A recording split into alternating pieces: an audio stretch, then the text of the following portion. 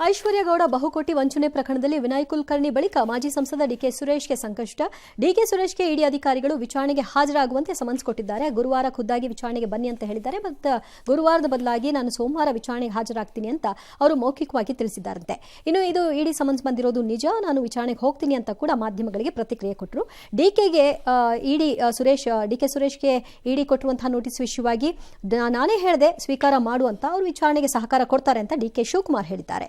ಈ ಮಧ್ಯೆ ಕೆಐಎಡಿಬಿ ಬಹುಕೋಟಿ ಹಗರಣ ಸಂಬಂಧ ಇಡಿ ಅಧಿಕಾರಿಗಳು ವಿಶೇಷ ಭೂಸ್ವಾಧೀನ ಅಧಿಕಾರಿ ವಿಡಿ ಸಜ್ಜನರ 1.80 ಕೋಟಿ, ಟಿಡಿಎಸ್ ಸೇರಿದಂತೆ 12.80 ಕೋಟಿ ಮೌಲ್ಯದ ಆಸ್ತಿ ಮುಟ್ಟುಗೋಲು ಹಾಕಿಕೊಂಡಿದೆ. ಧಾರವಾಡದಲ್ಲಿ ಕೆಐಎಡಿಬಿ ಭೂ ಮಂಜೂರಾತಿಯಲ್ಲಿ ಮೋಸ ಆಗಿತ್ತು. ಒಂದು ಸಮನ್ಸ್ ಅನ್ನ ಇಶ್ಯೂ ಮಾಡಿದ್ದಾರೆ. ಅನೇಕ ಮಾಹಿತಿಗಳು ನಮಗೆ ಬೇಕು ಅಂತ ಹೇಳಿ ಕೇಳಿದ್ದಾರೆ. 19ನೇ ತಾರೀಕು ಹಾಜರಾಗಬೇಕು ಅಂತ ತಿಳಿಸಿದ್ದಾರೆ.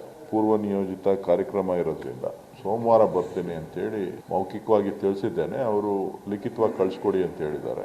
ವಿಚಾರ ಏನು ಅಂತ ಹೋದ್ಮೇಲೆ ಗೊತ್ತಾಗುತ್ತೆ. ನಮ್ಮ ಬ್ರದರು ಈಗಾಗಲೇ ಯಾರೋ ನಮ್ಮ ಹೆಸರನ್ನ ಮಿಸ್ಯೂಸ್ ಮಾಡ್ತಾ ಇದ್ದಾರೆ, ಇದ್ರ ಬಗ್ಗೆ ಇನ್ವೆಸ್ಟಿಗೇಷನ್ ಆಗಬೇಕು ಅಂತೇಳಿ ಪೊಲೀಸ್ ಅವ್ರಿಗೆ ಕಂಪ್ಲೇಂಟು ಫೈಲ್ ಮಾಡಿದ್ದಾರೆ.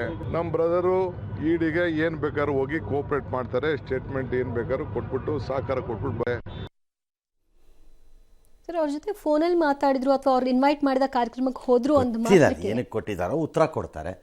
ಏನು ಇಲ್ಲದೆ ಇದ್ರೆ ಆ್ಯಕ್ಚುಲಿ ಇಡಿಗೆ ಇವರೇ ನೋಟಿಸ್ ಕೊಟ್ಬಿಡ್ಬೇಕು. ನನಗೂ ಅದಕ್ಕೂ ಸಂಬಂಧ ಇಲ್ತಿದ್ದಾರೆ, ಯಾಕ್ರಿ ಕರೆದ್ರಿ ಅಂತ ಏನಾಗುತ್ತೆ ನೋಟಿಸ್ ಕೊಟ್ಟಿದ್ದಾರೆ. ಈಗ ಹೋಗ್ಲಿ, ಅದಕ್ಕೇನು ಉತ್ತರ ಕೊಡ್ತಾರೆ ಕೊಟ್ಬಿಟ್ಟು ಬರಲಿ.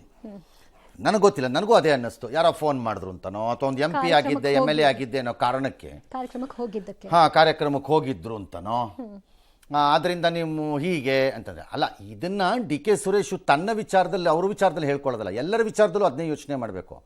100 ಜನ ಬರ್ತಿರ್ತಾರೆ, ಬಂದವರು ಆಮೇಲೆ ಏನೇನೋ ಆರೋಪ ಮಾಡಿಬಿಡ್ತಾರೆ. ಅದಕ್ಕೆ ತಾವು ಬೆಂಗಾವಲಾಗಿ ನಿಂತು ಮುಂದುವರಿಸಿದ್ರೆ ಏನಾಗತ್ತೆ ಅನ್ನಕ್ಕೆ ಯಾವ ಇದಕ್ಕೆ ಅವ್ರು ಉತ್ತರ ಕೊಡ್ತಾರೆ ಅಂತ ನಾನು ಅನ್ಕೊಂಡಿದ್ದೀನಿ. ಗೊತ್ತಿಲ್ಲ ಏನು ಮಾಡ್ತಾರೋ ಏನೋ, ನನಗೇನು ಗೊತ್ತು. ಏನು ವ್ಯವಹಾರ ಅದ್ಯಾರ ಐಶ್ವರ್ಯ ಗೌಡಾಗೂ ಡಿಕೆ ಸುರೇಶ್ಗೂ ಏನು ವ್ಯವಹಾರ ಇರಬೇಕು? ಇದ್ರ ಕಾಸಿನ ವ್ಯವಹಾರ ಇರಬೇಕಪ್ಪ. ಇನ್ನು ಏನು ವ್ಯವಹಾರ ಇರೋಕ್ಕಾಗತ್ತೆ? ಇನ್ನು ಬಾಬಾ ಅಂತ ಅಂದ್ಬಿಟ್ರೆ ಏನು ಚಿಕ್ಕಮ್ಮನ ಮಗಳಲ್ಲ, ದೊಡ್ಡಮ್ಮನ ಮಗಳಲ್ಲ. ಆಕೆ ವಂಚಿಸಿ ತಂದಿವ್ರ ಕೈ ಕೊಡ್ತಾರೆ ಅನ್ನೋಂಥ ಪ್ರಮೇಯ ವಂಚಿಸಿ ಕೊಡೋದಂತ ಅನ್ಕೊಂಡಿರಲ್ಲ. ಡಿಕೆ ಸುರೇಶ್ಗೆ ವಂಚನೆ ಮಾಡ್ತಾರೆ ಅಂತ ಅವ್ರಿಗೇನು ಗೊತ್ತಿರಬೇಕು? ಅವ್ರಿಗೇನು ಗೊತ್ತಿರಲಿಲ್ಲ. ಆಮೇಲೆ ಈಗ ರಾಜಕಾರಣದಲ್ಲಿ ಅಣ್ಣ ಅಣ್ಣ ಅಣ್ಣ ಅಣ್ಣ ಅನ್ಕೊಂಡು ಓಡಾಡ್ತಿರ್ತಾರೆ. ಯಾರ ಅಣ್ಣನೋ, ಯಾರ ತಂಗಿನೋ, ಯಾರ ಅಕ್ಕ, ಯಾವನಿಗೆ ಗೊತ್ತ್ರಿ ನಿಮ್ಮದು? ಈ ಕೇಸಲ್ಲಿ ನನಗೆ ಐ ಹ್ಯಾವ್ ಎ ಡೌಟ್.